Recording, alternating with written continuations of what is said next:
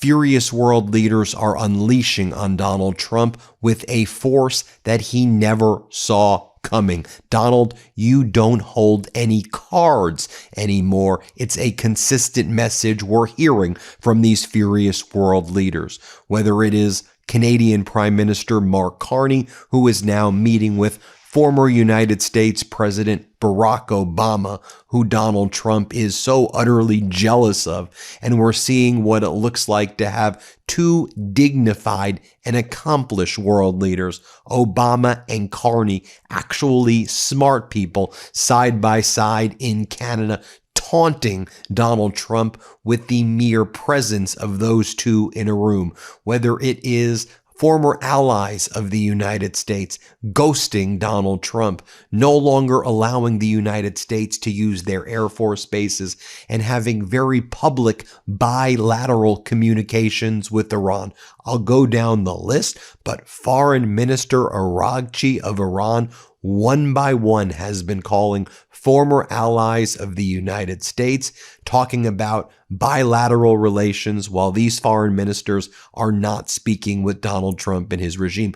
Whether it is Pope Leo XIV, who continues to speak out against the Trump regime, and when Marco Rubio visited Pope Leo XIV, trying to harass and scare and intimidate Pope Leo XIV in the past few days, you know what Pope Leo XIV did? He gave Rubio a peace plant, while Rubio gave the Pope a crystal football. And then, of course, you have all of these furious world leaders banning the United States from their air bases, and then Donald Trump begging Saudi Arabia and Kuwait to use their air bases.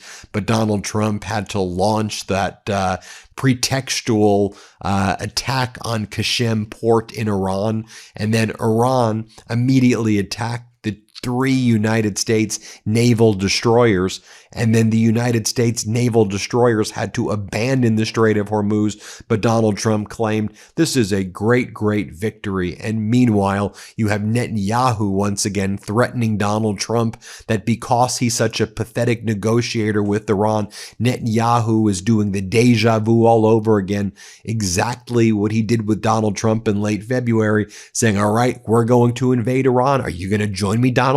Are you going to join me, Donald? And Donald Trump's out there flailing, and what's he doing? He's meeting with live golf tournament people on Friday night, trying to beg them to join forces with the PGA so he could continue to grift at his golf course. And meanwhile, you have Foreign Minister Araghchi taking a meeting to Russia, where he met with Putin recently, and Putin gave him a hero's welcome, which you saw on their state regime TV, Putin laughing and putting his arm around Araghchi. Then you had Araghchi meeting with Wang Yi, the foreign minister of China, getting a hero's welcome, and Araghchi was like, the Chinese have told us that they now view us so much differently after we beat the United States in this war. And meanwhile, Donald Trump is described in the latest Atlantic article as being very bored in this war. Donald Trump just wants it to go away so badly because Donald Trump so desperately wants to have a good visit with Xi Jinping in China, so Trump can take that photo that he wants with Xi Jinping in front of all of the Chinese soldiers standing at attention. So Donald Trump... In this segment, the speaker discusses various international diplomatic developments involving the United States, Iran, and other global leaders. The video covers meetings between Canadian Prime Minister Mark Carney and former President Barack Obama, communications between Iranian Foreign Minister Araghchi and officials from multiple countries, and the exchange between Pope Leo XIV and Marco Rubio. It also addresses reported military incidents in the Strait of Hormuz, statements from Israeli Prime Minister Netanyahu, and diplomatic engagements between Iran, Russia, and China. The speaker references public statements and media coverage regarding these ongoing international relations. Feels powerful, and Donald Trump's willing to sacrifice our relations with Taiwan and South Korea so Donald Trump could get that photo with Xi Jinping he so desperately craves. And Xi Jinping realizes how easy it is to play Donald Trump like the little fiddle that he is. Oh yeah, did I mention that when Brazil's President Lula arrived in the United States, he immediately set the ground rules of the meeting and he said, Donald, I'm not doing your performative press conferences where you act like a maniac. We're going to meet in private and I'm going to tell you what's really up. Lula unleashed on Donald Trump and let him have it. This meeting lasted hours. There was no public press conference as Lula and Trump, I guess, were supposed to have. That's what the U.S. press and the Brazilian press were led to believe. And then Lula held a press conference afterwards and then unleashed on Donald Trump, criticizing the Trump regime for invading Venezuela, the blockade on Cuba, the unlawful and catastrophic war in Iran, the genocide in Gaza and Lebanon. Lula was not holding back. Oh yeah, and Donald Trump supporting the former insurrectionist MAGA president of Brazil, Jair Bolsonaro, who's now serving over 20 years in prison. Frankly, in my opinion, what Donald Trump should be doing, because Jair Bolsonaro, that MAGA Brazilian president, tried to lead an insurrection against Brazil and failed, and their courts actually held their insurrectionist former president accountable, where our cowardly and disgusting and fascist Supreme Court gave Donald Trump absolute immunity, which is absolutely disgusting. Let's just go through, though, the utter embarrassment and shame Donald Trump is experiencing. Iran announces that its foreign minister, Araghchi, held bilateral communications with the foreign minister of the UK. Foreign Minister Araghchi announced bilateral negotiations and communications with Turkey, bilateral communications and negotiations with Japan, bilateral negotiations and communication with Saudi Arabia's foreign minister, bilateral communications and negotiation with Spain's foreign minister, bilateral communications and negotiations with Poland's foreign minister, with the foreign minister of Switzerland, with the foreign minister of India, with the foreign minister of Italy, with the foreign minister of South Korea, with the foreign minister of Brazil, with the foreign minister of Turkmenistan, with the foreign minister of Pakistan, with the foreign minister of Kenya, with the foreign... Do you get the point? Do you get the point? And by the way, this is public stuff. They're not hiding it. One by one, foreign ministers of nations that were once allied with the United States are lining up to speak with Foreign Minister Araghchi, because Iran is in a stronger position. And these countries are trying to figure out, how can we get our ships through the Strait of Hormuz? And we have to recognize that Iran is not just a regional power player right now, but is an international power player like never before, as Donald Trump lost war, as the mighty and powerful United States Navy is now reduced to behaving like pirates, as CENTCOM is bragging that it attacks certain ghost ships of Iran, and they want to get applauded because the powerful U.S. Navy attacks defenseless cargo ships heading to China. In this segment, the speaker examines recent diplomatic activities between the United States, Brazil, Iran, and other nations. The discussion includes Brazil's President Lula's private meeting with President Trump, followed by Lula's public statements addressing issues involving Venezuela, Cuba, Iran, Gaza, and Lebanon. It also covers Iranian Foreign Minister Araghchi's bilateral communications with officials from numerous countries, including the UK, Turkey, Japan, Saudi Arabia, and several European and Asian nations. The speaker references Iran's growing role in international diplomacy and ongoing maritime concerns in the Strait of Hormuz, along with reported U.S. naval operations in the region. Is bragging that it attacks certain ghost ships of Iran, and they want to get applauded because the powerful U.S. Navy attacks defenseless cargo ships heading to China. Are you kidding me? Our Navy is the strongest Navy in the history of humankind. Our soldiers, as Hegseth likes to say, our war fighters, they are patriots. They are strong. They are the best trained. But in the hands of a sicko, maniac, lifelong bankrupting loser like Donald Trump, we're seeing how it plays out. And the rest of the world sees this. Why do you think they're so publicly calling Foreign Minister Araghchi? Why do you think China's giving Iran the red carpet treatment before Donald Trump's visit with Xi Jinping? Why do you think we hear news like this? Poland, by the way, bilateral negotiations with Iran. Separately, Poland signed a $43.7 billion EU loan agreement, becoming the first member state to finalize a deal under the bloc's new 150 billion euro safe defense financing program, securing by far the largest single allocation. Warsaw immediately receives a 15% advance, 6.5 billion euros, with all funds to be spent by 2030 on air defense, anti-drone system, artillery ammunition, and the Eastern Shield border fortification, with 89% directed to the Polish defense industry. Once upon a time, you know where that money would have went?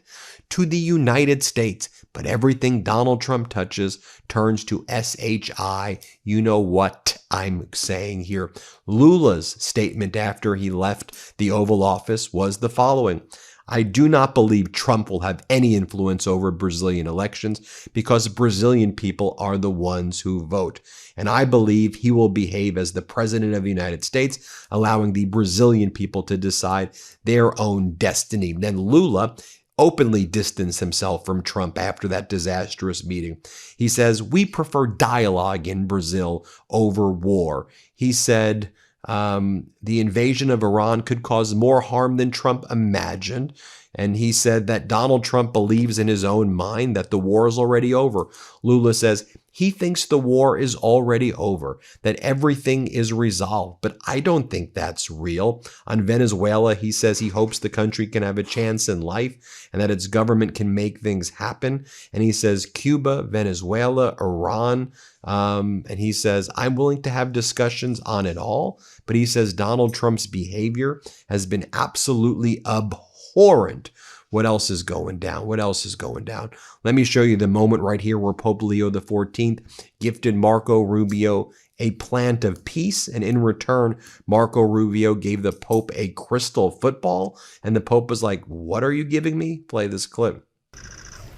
Well, it's easier. This is a baseball guy, but and it has the seal of the State Department. Wow. So, what to get someone who has everything? I thought a crystal. Olive being, of course, plant of peace. There's the coat of arms here of pontificate here, but. And so while you have Araghchi out there doing addition, right? Diplomacy sometimes is a game of addition, making friends. Not trying to make more enemies. Diplomacy. What is Rubio doing other than making a fool of himself? What else is new in the meeting with Pope Leo XIV? Well, in this segment, the speaker reviews recent international diplomatic developments, including statements from Brazil's President Lula following his meeting with President Trump, and Poland's new EU defense funding agreement. The discussion covers Iranian Foreign Minister Araghchi's ongoing bilateral talks with various nations and references to maritime security in the Strait of Hormuz. It also includes footage from the meeting between Pope Leo XIV and U.S. Secretary of State Marco Rubio, along with Rubio's subsequent press conference comments regarding NATO and the situation with Iran. The speaker presents examples of current global diplomatic engagements and their context. He attacks NATO during his press conference after meeting with the Pope. Play this clip. I've been a strong supporter of NATO throughout my career in the Senate and even now. And one of the advantages of being in NATO is that it allows us to have forces deployed in Europe and bases that allow us a logistical ability to project power in case of contingencies. Well, we had a contingency. And some countries in Europe, like Spain as an example, denied us the use of those bases for a very important contingency that in some ways the denial of those bases actually impeded the mission not severely, but had a cost, and in fact, even created some unnecessary dangers. So if one of the main reasons why the U.S. is in NATO is the ability to have forces deployed in Europe that we could project to other contingencies, and now that's no longer the case, at least when it comes to some NATO members, that's a problem, and it has to be examined. But ultimately, that's a decision for the president to make. He then whines and says, when's the world gonna do something with Iran? World, when are you gonna step up? Excuse me? You and Netanyahu did the unlawful catastrophic invasion of Iran. Here, play this clip. Normalize a country claiming to control an international waterway. Because if you normalize that, you've set a precedent that's going to get repeated in a dozen other places. And if the answer is no, we don't want to normalize it, then you better have something more than just strongly worded statements to back it up. Here's a more fundamental problem. Iran now claims that they have a right to control an international waterway. They claim that they have a right to control it. What is the world going to do about that? Is the world going to accept that Iran now controls an international waterway? Because if the world is prepared to accept that, then be ready, because there's like 10 other countries that are going to start doing the same thing in their international waterways, or in international waterways near their countries. That's an unacceptable thing that they're trying to normalize. So if the answer is no, we don't think Iran should be able to control the Straits of Hormuz, then the next question is going to be for everyone, well, what are you going to do about it? What is the world prepared to do about it? And we're trying to do something about it diplomatically. We have a resolution at the United Nations that we're trying to move forward, in which the world and the UN will have an opportunity through the Security Council to vote and say, we are not going to allow them to mine the straits. We're not going to allow them to try to control the straits. And by the way, you have a bunch of humanitarian aid that's trapped inside the Persian Gulf and needs to be released and has not been able to move. We're going to give the world a chance to pronounce itself on it. And if Russia or China or some other country decide to veto it, then you know what the impediment is. But the fundamental question every country, not Italy, every country needs to ask themselves is, are you going to normalize a country claiming to control an international waterway? Because if you normalize that, you've set a precedent that's going to get repeated in a dozen other places. And then finally, how the tables have turned. You have Donald Trump begging Ukraine President Zelensky to do a ceasefire with Russia on the day of today, on Russians' Victory Parade Day.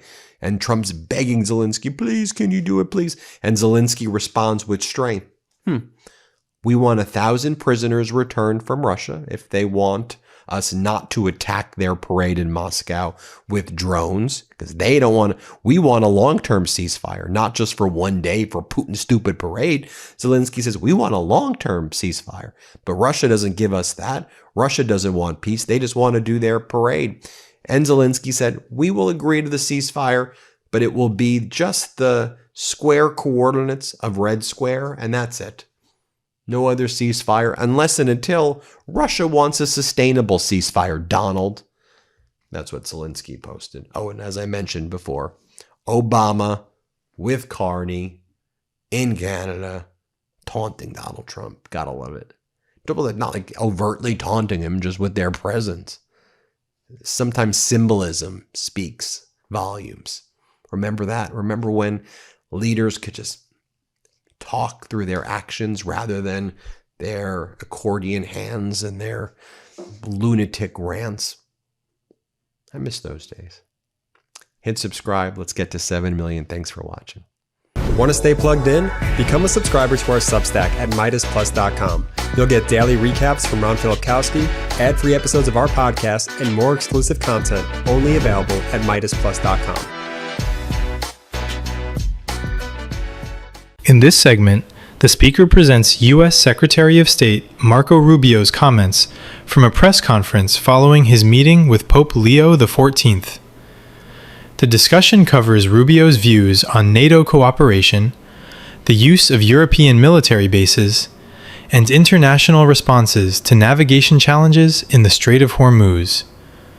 It also includes references to diplomatic efforts at the United Nations, recent communications between President Trump and Ukrainian President Zelensky regarding a potential ceasefire with Russia, and a brief mention of a meeting between former President Obama and Canadian Prime Minister Mark Carney. The segment concludes with closing remarks from the host.